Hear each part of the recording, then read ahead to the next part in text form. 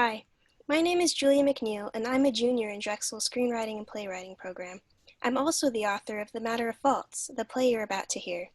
I started by meditating on the theme of relationships and looked to my little sister Elizabeth, who has just recently started high school. From there, inspiration struck. Thus, this play is both dedicated to and partially inspired by her.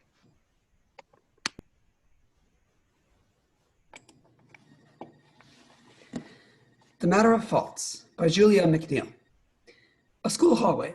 At stage right, a stereotypical classroom door with a long paneled window. Lights rise as Claire leans on the door. She's watching her best friend, Jess, hurriedly enter. It's over? Done with? You're good to go? I'm officially no longer a communist. Hell yeah! Let's go get some slushies! Jess walks away. After noticing Claire doesn't follow, she turns back around.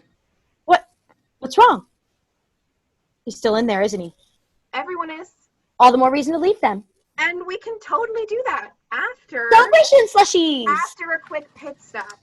Quick pits! Are you bribing me? Is it working? No, it's not. I'll even pay. You lied to me. And you just lied to get out of class. So what's I your did not. Okay, so clearly I did. But that's hardly good. Do we have a deal? Slushies for... Claire nods to the door. What? No, we do not have a deal. I'm not going in there. It's fine. I'll just pay for it myself. It's just a classroom, Jess.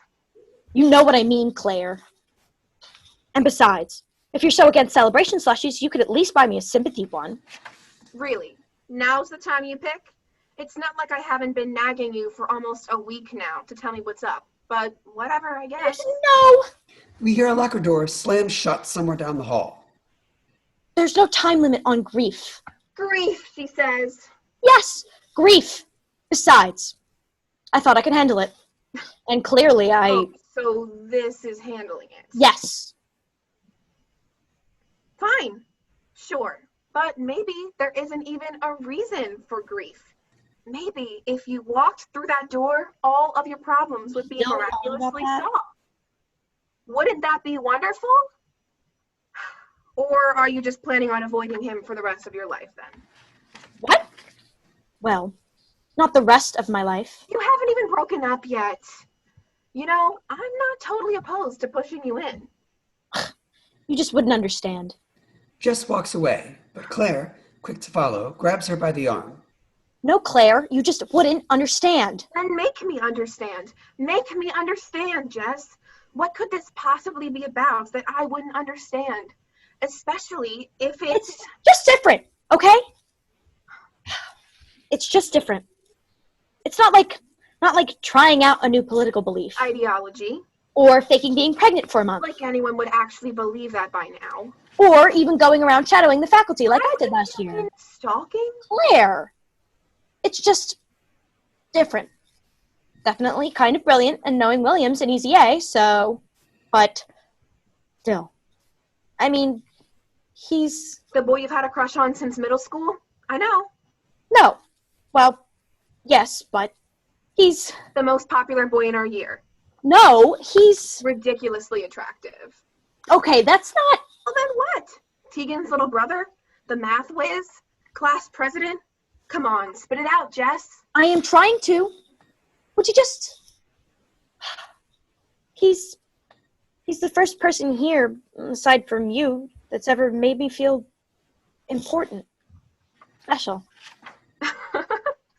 Wow. Are you sure you didn't fuck him? Claire! Okay, fine. So? So? He was mine. And I didn't think that could ever happen. And sure, it was technically project mandated under false Why are you pretenses. so sure? Fake dating, whatever you want to call it, but it was still him and me, and he made me feel, Wonderful? yeah. Good. He should have. Okay, but do you see it now? I just don't want anything to taint that. And, I know it isn't personal or anything, Personal, she says. but I'm not going in there. while class is in session so he can turn around and dump me via PowerPoint in front of all his friends and anyone else who could possibly take it out of me. It is not my definition of a good time. What is your definition of... Claire! Right. Not the point. But anyway, going in there would pin any unnecessary drama all on me. And I don't need...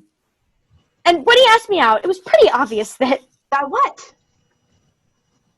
You know what? It doesn't even matter. It doesn't matter. The month's up and the project's over. Well, almost over. About to be over. So I'll just... And when the bell rings, I can continue pretending that dating Evan Stevens and not breaking up with him is some unmentioned casual mutual things. And casual month-long relationships aren't exactly uncommon, normal even. I mean, Jackson Lahr didn't even make it 3 weeks.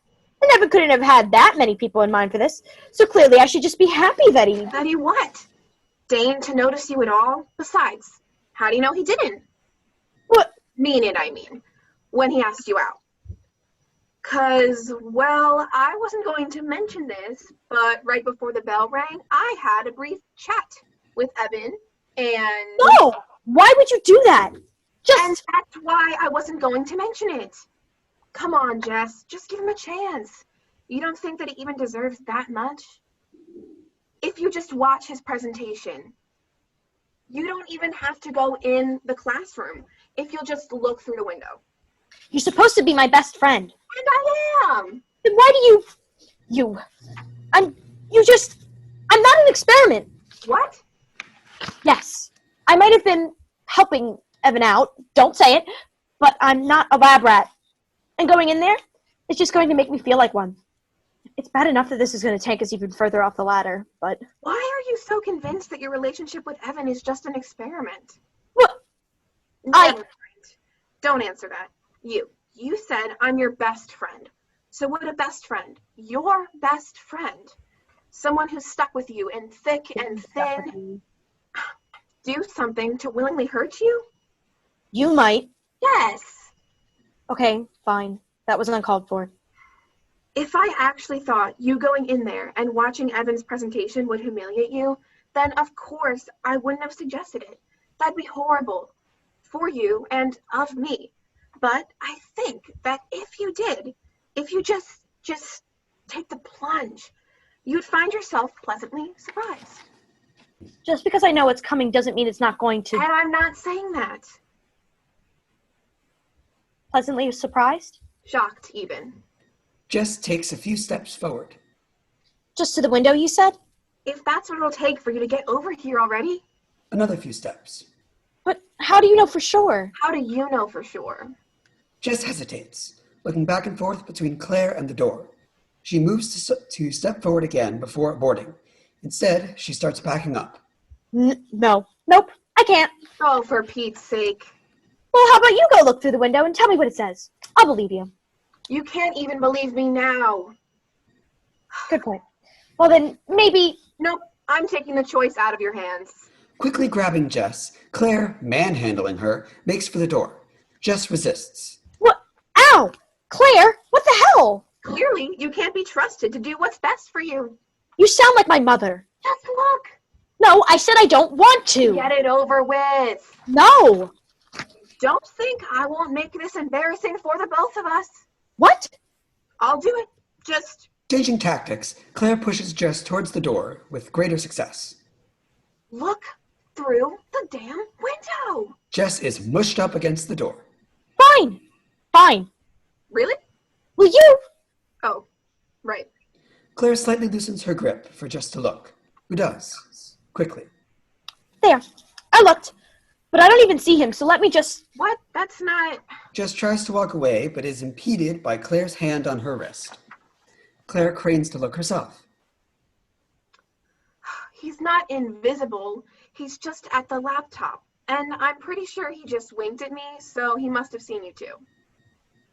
What's it going to take for you to let me go? Watching his presentation. Oh, is that all? Fine. I mean it this time. Claire lets go of Jess's wrist and, stepping back, mockingly flourishes towards the door. Well then, by all means. Steeling herself, arms crossed, Jess parks herself right in front of the door, finally looking through the window. He's starting. You know, considering how what he chose to do was so cliche, I hope he at least has the decency to include, like, a pretty woman analogy in his write-up, or maybe something from My Fair Lady. That's, like, the bare minimum. He knows I like him, and I deserve that much, what with the whole rags to riches and back again. You know, in both of those movies, the couple stays together. I mean, technically My Fair Lady was a musical, but hold on. What's this supposed to be? His presentation. Well, all of his pictures are of sanitation workers. And doesn't that dude do the bins outside? What's he trying to do, compare dating me to garbage? I don't think... I mean, he wouldn't even. So that's... No. No, I'm calling it. That's not his presentation. It can't be. Then what exactly do you think he's doing up there? But there's not... Nope. But I'm not. Nope. But that means... That's what I've been trying to tell you. Unless, of course, you're claiming to be the janitor upstairs he claims he shadowed. Claire grabs Jess by the shoulder. Look, he's really excited about your 1-month anniversary. He was saying he had something special planned. That's what our talk was about. That's what he told me. Apparently, he really likes you. But why? Claire quickly lets go, taking a step back. Is that really what you think of yourself and him? Well, we don't exactly go together. He's head over heels for you. You can't think he doesn't care about But he asked me out a month ago. So he has bad timing. But he's the most popular guy we know. So he must think you're worth it.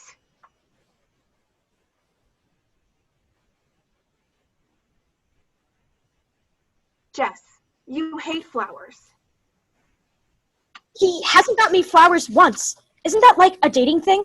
Jess, you hate flowers. Okay, but he doesn't even like dogs. You don't even like dogs.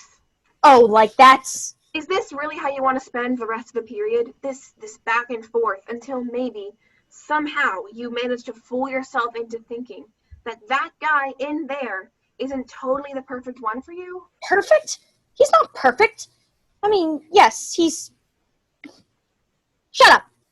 Even if he's... It doesn't matter. It doesn't matter, right? Matter. I don't know. This isn't his fault. Oh, really? Whose is it then? Mine? Let's say you're right. I mean, do you really think that he... Maybe I should. Do you... Yes, go talk to him. Okay, but when? Go do that right now. Now? I can't do that. He's in... The bell rings, sounding from all directions. class. Do I have to? No, but hey, the worst you can do is dump you. Oh, very funny. Knob in hand, Jess pauses in the doorway. You know, if this doesn't work out, I'm definitely blaming you. The door slams. Whatever you say, Jess. Whatever you say. Looking skyward, Claire smiles. Then she walks down the hall. End of play.